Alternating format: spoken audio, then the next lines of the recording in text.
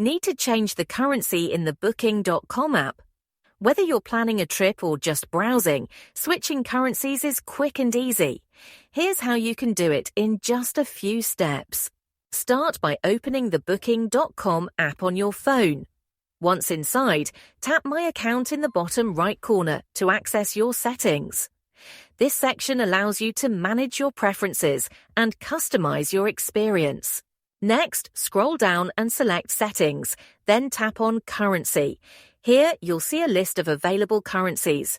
Instead of scrolling through the entire list, you can use the search bar at the top to quickly find the currency you're looking for. Once you select your preferred currency, the app will instantly update all prices to match your choice. No need to save or confirm.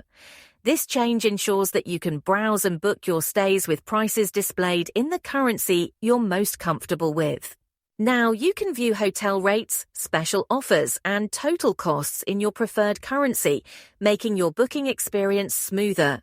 If this tutorial helped, don't forget to like, subscribe for more helpful tips, and turn on notifications so you never miss an update.